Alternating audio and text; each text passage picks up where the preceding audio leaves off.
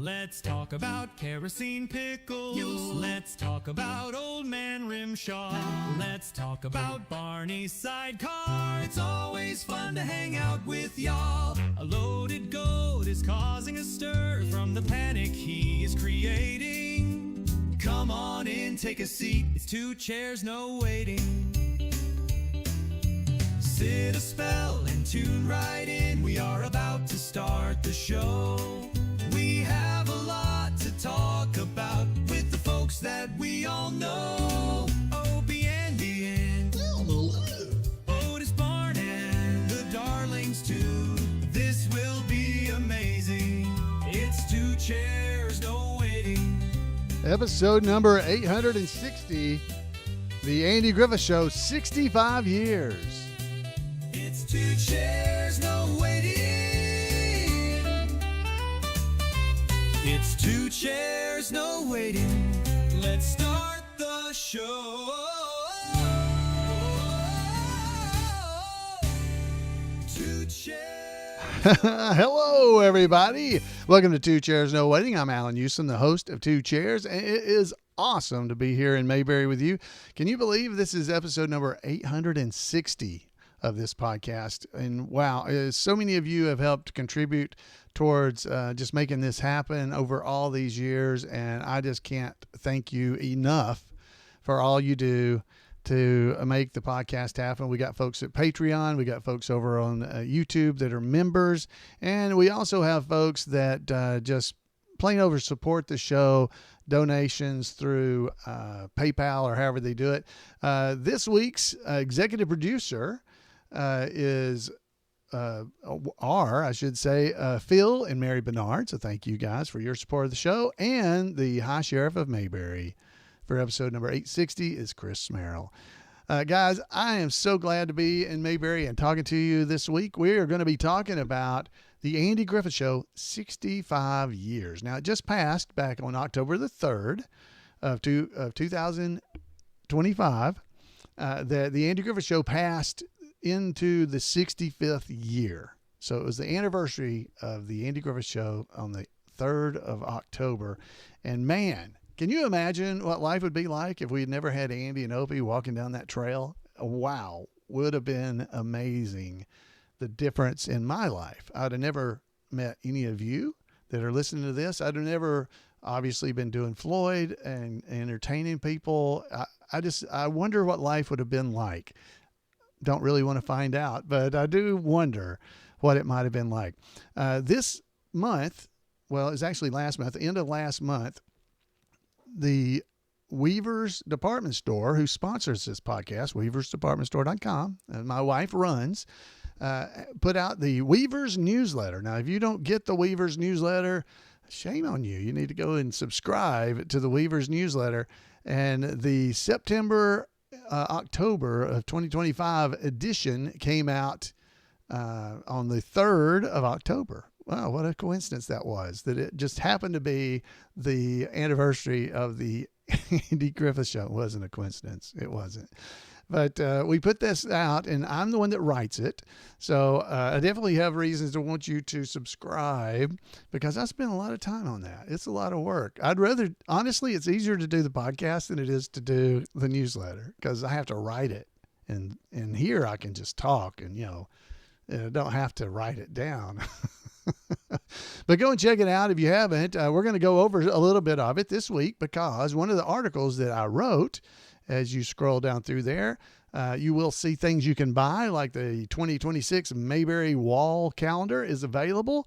It is an exclusive to Weaver's, so the only place you can get it is at Weaver's Department Store. Go and check it out when you're over there because I know you would like it. It's got great artwork and stuff you would love to see.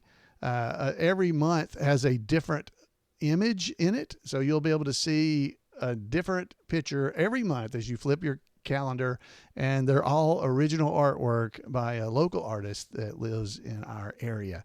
So definitely something you guys would want to go and check out, and you can see all that in Weaver's. There's also a brand new book. It's a reprint of a new edition of the Andy Griffith Show book by Ken Beck and Jim Clark. Great book. If you don't have that, you need to get it. It is different than any previous versions. There's updated information. The book is thicker. It's bigger. There's more in it. Definitely a great addition to anybody's bookshelf. Definitely go and check that out. Great gifts for Christmas too, guys. But one of the articles that I did was 65 years of the Andy Griffith Show. So I'm going to read that article basically to us for this. And to do that, I'm going to play a little background music just to keep us, happy and everything pretty. So I picked out one, and now I don't remember what I picked. So we're just going to play something. There we go. 65 years of the Andy Griffith Show. I know in reading this newsletter, this is what I said in the newsletter, I know that those reading the newsletter love the Andy Griffith Show, but it's nice that even more casual fans watch and laugh along. What is it that keeps these folks watching the show that started 65 years ago? That is exactly what we will try to figure out as we go through this. Why is the Andy Griffith Show still viewed by millions of people each day, almost 65 years after it premiered on October the 6th, 1960? That's a great question, and one that fans and TV historians and cultural critics have often asked. The Andy Griffith Show remains one of the most enduring and popular series in television history, even nearly 65 years after its debut. A few key reasons explain why it is still watched by millions today. Their timeless themes. The show taps into universal human experience of friendship, family, honesty, love, forgiveness, and community. These values don't expire, so modern audiences still connect with the lessons and warmth of Mayberry life. It could also be the nostalgia and comfort that we feel from the show. Even for those who didn't grow up in the 1960s, which I didn't, the show invokes a simpler time. Its slow-paced, gentle humor, and small-town setting provide comfort in a fast-moving world that is complex. Watching Mayberry feels like returning home. The portrayal of small-town life with minimal technology and strong community bonds resonates with viewers seeking an escape from modern complexities. That's probably true. It's wholesome entertainment. Unlike much of today's media, the show is clean, family-friendly, and multi-generational. Parents and grandparents can introduce it to children without concern, creating shared viewing traditions. There's outstanding characters and acting. Andy Taylor's calm wisdom, Barney Five's comic brilliance, Opie's innocence, and Aunt Bee's nurturing presence, they all remain iconic. Don Knotts' Emmy-winning performance as Barney continues to be hailed as one of the greatest comedic achievements ever. It's a timeless humor. The comedy is character-driven rather than topical, so it doesn't feel dated. Barney's fumbling with his one bullet, Gomer yelling Shazam, or Floyd rambling in the barbershop. These moments still spark laughter decades later. The show balances gentle humor with heartfelt moments, making it accessible to all ages. Its clean, family-friendly comedy avoids dated and offensive tropes, ensuring a very broad appeal. It's been syndicated and accessible forever. The show has never left the airways. Reruns began as Andy of Mayberry in syndication while the series was still airing, and networks like TBS, TV Land, MeTV, and many streaming platforms keep it on its constant rotation. Its availability ensures every generation has access. Symbol of Americana. Mayberry has become a cultural shorthand for the idealized small-town America. For many, it represents values they remember or wish still existed. It really is an amazing thing. Just how much all of this is just grown into being part of culture, isn't it? Back to the story here. They either remembered or wished it existed. Neighborliness, decency, and community spirit. The Andy Griffith Show offers straightforward stories with clear resolutions, often ending with a moral lesson. The lessons are great. The simplicity is comforting in an era of divisive content. The cultural legacy, from statues of Andy and Opie to Mayberry days in Mount Airy, North Carolina, to countless references in modern shows, the Andy Griffith Show has moved beyond TV into American folklore. Watching it feels like participating in a shared cultural memory. Mayberry has become a cultural touchstone, symbolizing an idealized America. References in pop culture and parodies keep it relevant.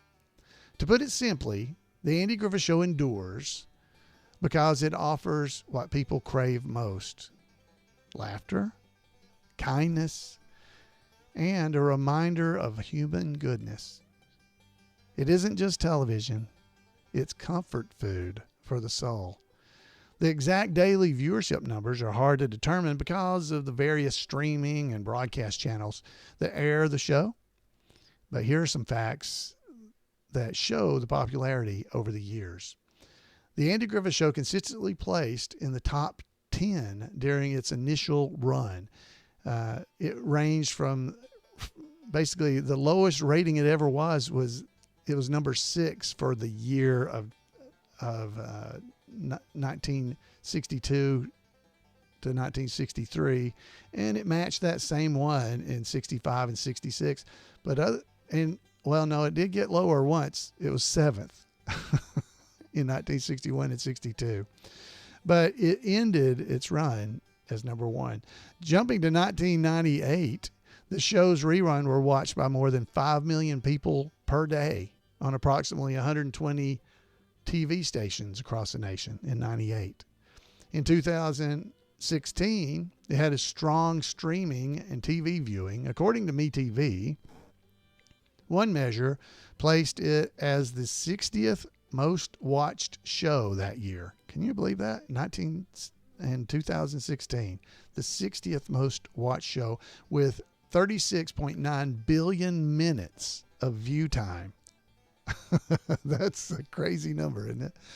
Newsome reported in 2020, during the COVID stuff, the Andy Griffith Show was watched for about 58 billion minutes in the United States.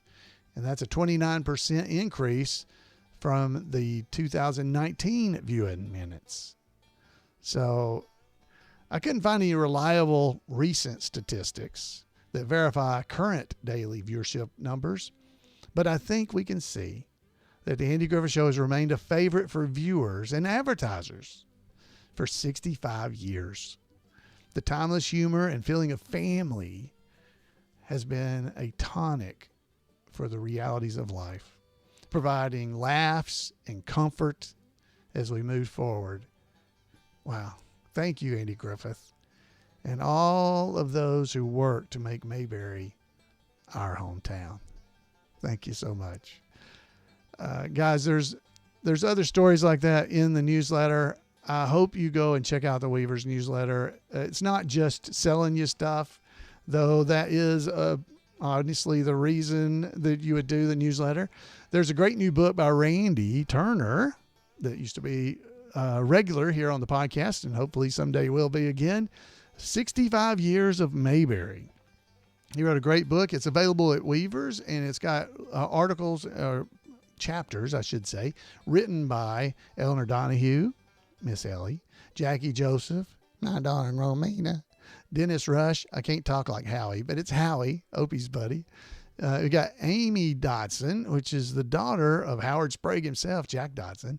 Rodney Dillard, the guitar-playing darling boy, wrote a chapter, and more. We got David Browning, if you might remember, as the Mayberry deputy at Mayberry Days for so many years, up until 2017 was his last year there.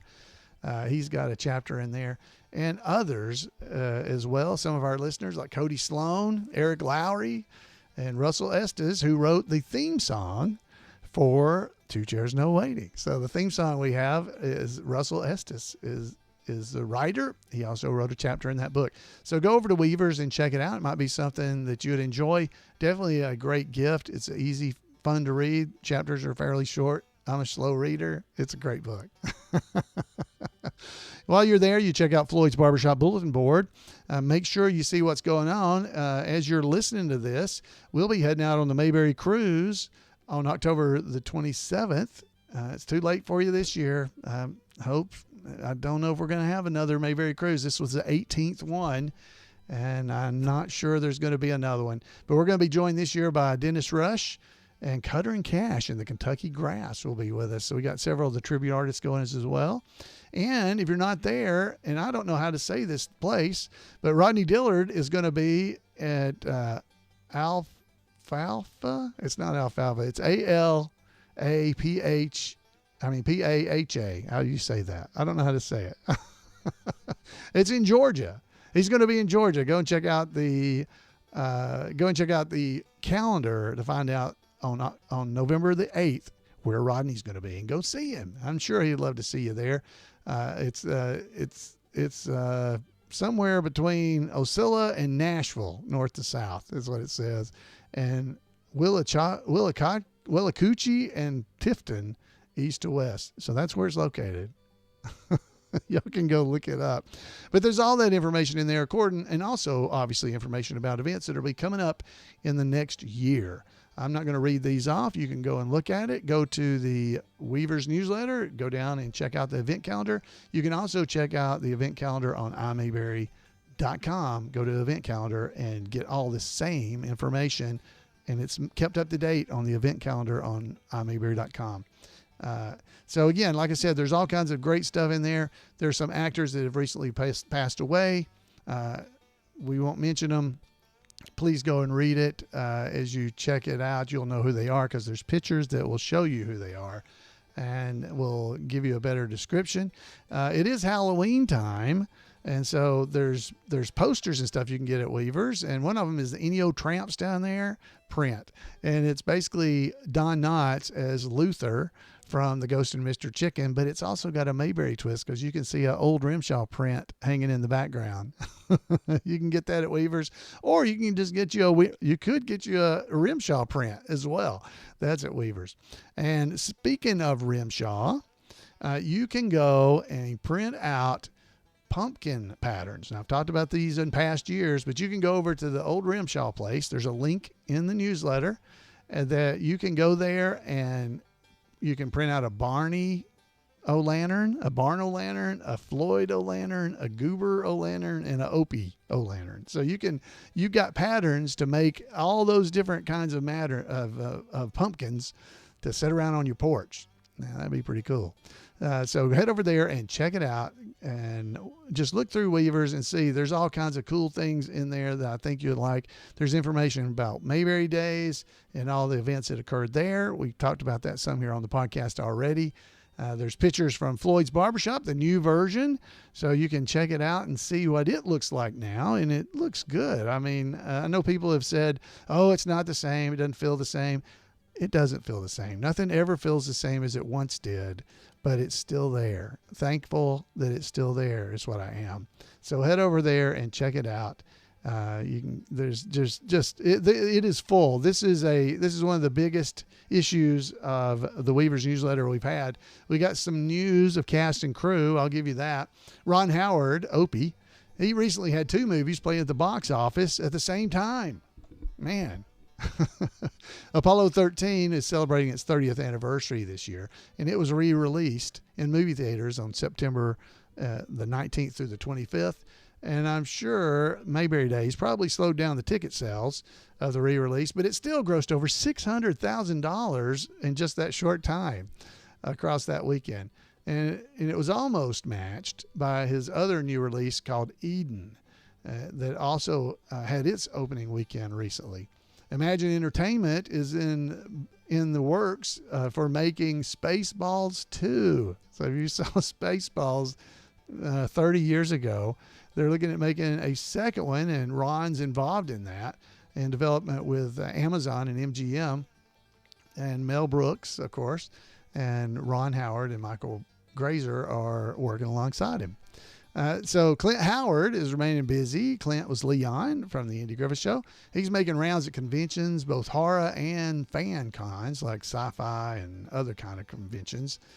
Speaking of horror, he's in pre-production on a follow-up to his 1995 cult horror movie called The Ice Cream Man that Clint starred in it. The best way to try and keep up with him is probably following him on his Instagram account. You might be able to watch what Clint's up to.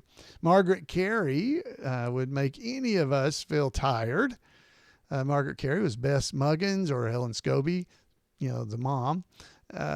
She has so many activities going on. She just wrapped up her visit to Mayberry Days, where fans were delighted to have photos with her and get her autograph. She also performed during Colonel Tim's, doing a dance, believe it or not, during her segment. She danced. She's 96 years old, and her energy and ability to be active is something to very much be respected. Her next trip, that just, I believe, has already happened at this point, was flying to Texas, to Dallas, for the Dallas Fan Festival in Irving, Texas. That show was on October the 4th through the 5th, and she just mentioned she's going somewhere. I just saw it on her page. She's heading with her husband to somewhere that's going to honor him. So that's another event. She is very busy, but go and check her out. You can go over to tinkerbelltalks.com and get the information. And she is extremely active. Dennis Rush, Howie, Opie's buddy, he spent the weekend at Mayberry Days signing stuff for fans and visiting, and just basically smiling the whole time. He enjoyed his time in Mount Airy, and it was like a kid in the candy store. He called in last week, so if you didn't listen to the podcast, you missed it. But he seemed to really enjoy himself. He'll also be selling with us, as I mentioned earlier, on the cruise to Mayberry 18 that's leaving out of New Orleans on October the 27th. Keith Thibodeau, Johnny Paul, of course, he was at Mayberry Days as well. And he played the drums for Elvis and signed autographs and took photos.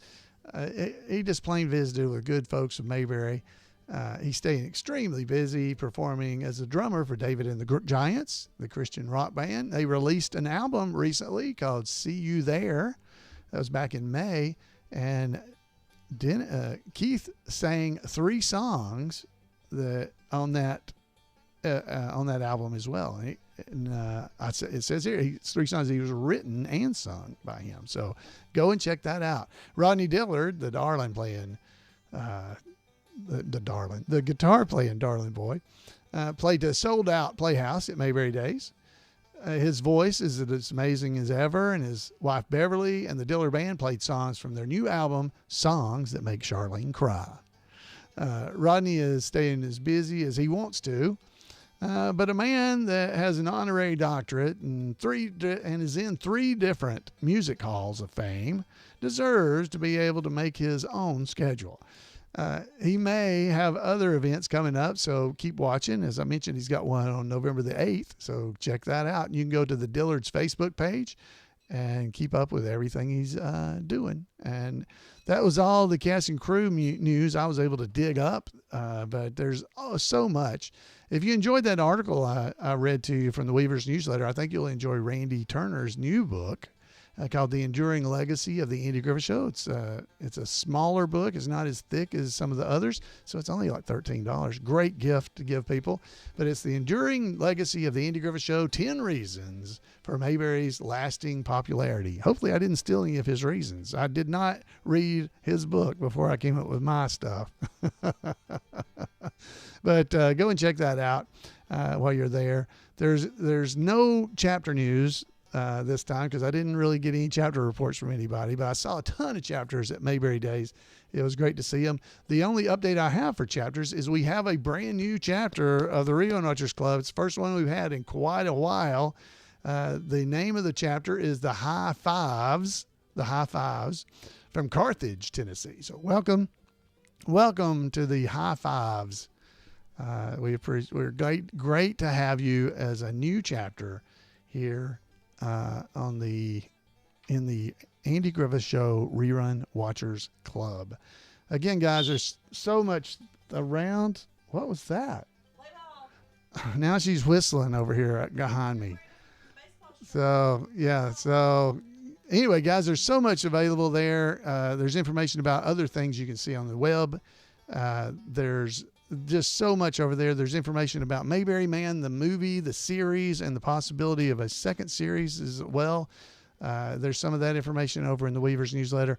Go and check it out. I am not going to try to go through it all, but I am so thankful that you guys, the ones that I've heard from, enjoyed the newsletter. I hope you'll sign up and become a regular subscriber. All right. So since we are talking about this, let's do the trivia that was in the newsletter. Jan's trying to scare me in the background. I don't know why she'd do that while I'm trying to read. Now, actually, guys, these questions, we've done them on the podcast before, so you should be able to get them. So here's the trivia questions. We got 5 questions. We've done them on the podcast. These are from Paul Mulick, our trivia master. So you ready? Here we go. Mayberry injuries. Question number 1. After Andy, oh wait, I need to change our music, don't I? Let's change our music. This is our trivia music. There you go. After Andy came into the drugstore to get some sulfa powder, the ladies of Mayberry spread rumors that Barney Fife had shot himself in the chest. What really happened to him? Okay, we're going to go through them all, and then I'll come back and give you the answers.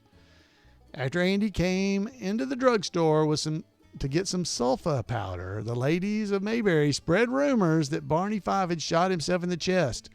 What really happened to him? I'm watching our chat rooms, so we'll see how many people get this right for me.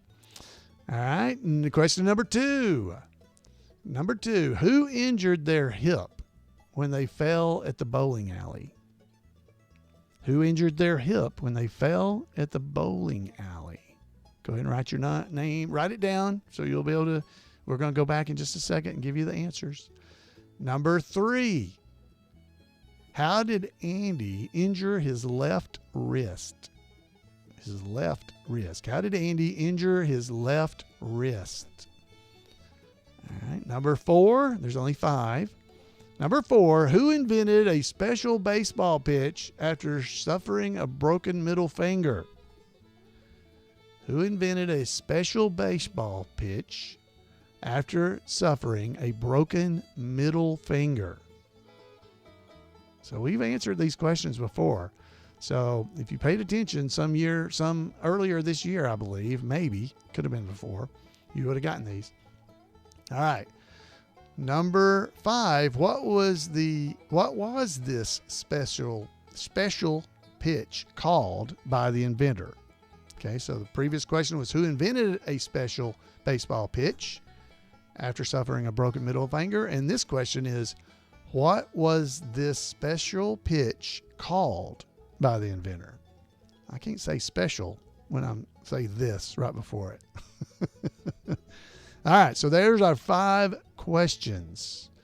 5 questions. All right, so I'm giving you a chance to think about it just a little bit, and now we're going to go back and get the answers, okay? All right, so here comes the answers. So question number 1. Question number 1. After Andy came in the drugstore for some sulfa powder, the ladies of Mayberry spread a rumor that Barney Fife had shot himself. What really happened?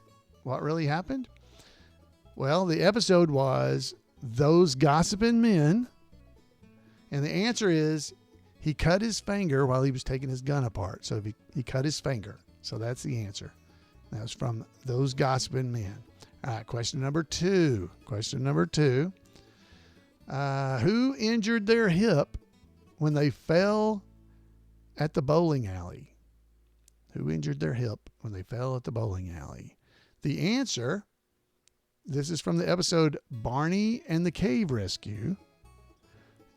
The answer is Sarah's mother. So Sarah, the phone operator, it was her mother that fell. Folks did get this right, by the way. I see Classic over on our YouTube channel got it right. I'm not sure. I didn't see. I'm not seeing everything because it's scrolling around here. But that is who hurt their hip. All right, question number 3. Question 3. How did Andy injure his left wrist? How did Andy injure his left wrist? The answer, it came from the episode A Warning for Warren, is where it came from. And he hurt his left wrist when Warren overturned his canoe. Now, some will no doubt have answered that he got into a fight wrestling the Gordon boys, but that was his right wrist. Oh, Paul Mulick with a win there. That's a tough question. Great job there. So it was his right wrist that had been injured when he was wrestling with the Gordon boys, but his left wrist, which is what the question asked, was when Warren overturned his canoe. So there you go, Paul. Woo, Paul bringing in the heat on that. Speaking of heat, who invented a special baseball pitch after suffering a broken middle finger? Who developed the pitch? The answer comes from the episode Opie's Most Unforgettable Character. And the answer is Andy. And I saw a lot of people get that right in our chat room. Saw a lot of people. All right. So then the final question was, what was the special pitch called by the inventor, by Andy? Because we know it was Andy now, right? What was it called? It's obviously from the same episode, Opie's Most Unforgettable Character. The answer, the wobble ball. The wobble ball. I don't see. Let's see who got that right. I don't see too many people that got that. Did you get that? That was pretty hard. So thank you very much. If you didn't get any of these, you obviously aren't reading the Weaver's newsletter. Or you're like me and couldn't remember it even if you did. So go over and check out the Weaver's newsletter. I really think you would enjoy having a subscription to it. Doesn't cost you anything. It's free. And you'll get a lot of good information and, of course, a little bit of advertising from Weaver's. But you find out new things that Weaver's has coming your way. So thank you very much to the Weaver's Department Store for helping sponsor this podcast. And thank you all for your help in sponsoring the podcast, because in all honesty, it would never, the Weaver's newsletter, the Weaver's would have a hard time helping me very much. Weaver's is not rolling in the money. So order all you can, because we need the help, and we will take it. And I want to keep Jan busy, because she okay, nothing's being thrown at me in the sides there. It has happened before. So folks, hey, thanks for being here with me at the podcast. I hope you have enjoyed yourself. I always enjoy myself here at Two Chairs. So thanks so much for being here. And I really hope you'll subscribe to the podcast, subscribe to the newsletter, subscribe over on YouTube. It doesn't cost anything to subscribe. If you want to join to be a member, you do pay a monthly thing to do that over on YouTube, but it's free. You can also donate over at Patreon or PayPal, however you'd like to. You know, throw nickels at me when you see me. I'll take them. So, folks, I just want to thank you again. I hope you enjoyed yourself. I hope you learned something, and I hope you go out there and spread some of the Mayberry spirit with everybody. Folks, until next time, have a great Mayberry week, and we'll see you here.